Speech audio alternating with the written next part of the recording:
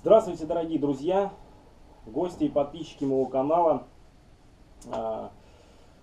Продолжаю, значит, опять, да, вот, готовиться к рыболовному сезону. И очередные мелочи были мною приобретены. Сейчас я вам покажу. Значит, начну вот с того, что были на сплавных рыбалках 2 года подряд с ночевкой. И вроде неплохо подготовились, палатки, спальные мешки, но запомнилось такой момент, что очень плохо без подушки. У меня есть вот подушка туристическая, вот такая вот. Я думаю, что многие видели такие подушки. Она мне не понравилась, она плохая, и не брал я ее тогда на сплав. Просто в спальном мешке, в палатке, на руке. Руку отлежал туда-сюда и что-то задумался о подушке. И в интернете, там, в интернет-магазине, значит, нашел вот такую вот маленькую компактную подушечку. Понятно, что когда выезжаешь в кемпинг, там разбиваешь, там все это тащишь с собой на машине, в прицепе, там я беру вообще обычные подушки из дома, большие, и не парюсь. В прицеп бросил и все. Но когда на сплав и минимум с собой берешь какой-то экипировки, большую огромадную подушку не повезешь. И решил приобрести вот такую вот маленькую подушку. Вот такого вот размера, войдет и в рюкзак, и вообще, да. Что значит здесь внутри? Чехольчик, значит, здесь компрессионная лента такая вот стянута, подушечка, и сама непосредственно подушечка. Была разная цветовая гамма, но я почему-то решил вот оранжевую, да. На сплаве можно как буек использовать в случае крушения судна. Подушка типа там самонадувающаяся, что ли, или еще что-то. Когда клапан открываешь, она начинает сама наполняться воздухом. Сейчас откроем. И она начинает потихонечку сама надуваться. Естественно, она не надуется там полностью, но из маленького рулончика она превращается в такую. И она внутри, в ней какой-то наполнитель находится, мягкий.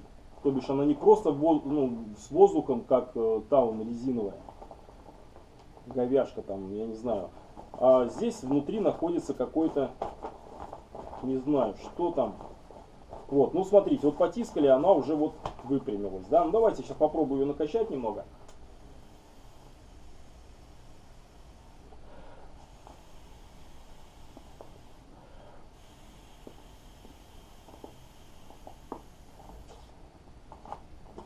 И вот такая вот подушка.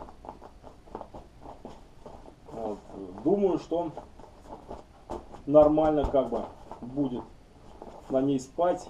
Опять же, мы все это испытаем на первом же сплаве с ночевкой.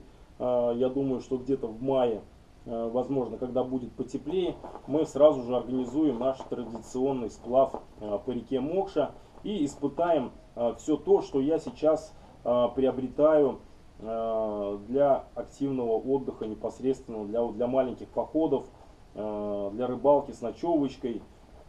Такой вот. Да? Ладно, отложим подушку. И еще решил приобрести.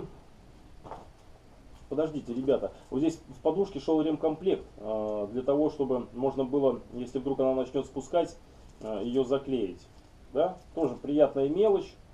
Пусть будет типа зипа, да? И еще решил приобрести вот такую вот пилу. Но она типа как бы садовая. Сучки резать.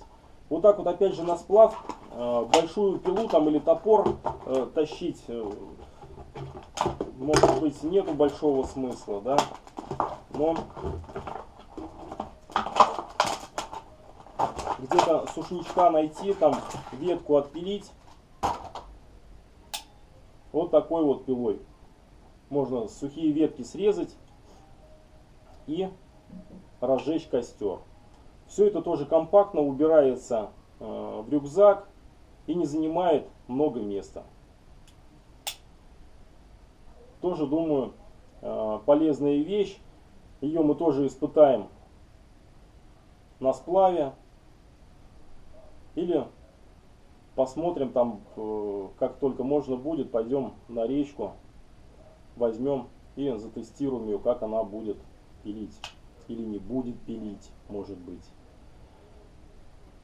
Подушку и вот эту вещь, и многое другое еще что-то в пути я заказывал у знакомого китайца. Ссылку я оставлю под видео в описании. Так что не забываем ставить пальцы вверх, вниз. Пишите комментарии, обязательно отвечу. Жду не дождусь, когда уже можно будет порыбачить. Так что подписывайтесь на мой канал, будет много интересного видео. Скоро постараюсь спустить лодку на воду и будем с вами обкатывать новый мотор. Но это вы увидите в отдельном видео. До новых встреч, ребят.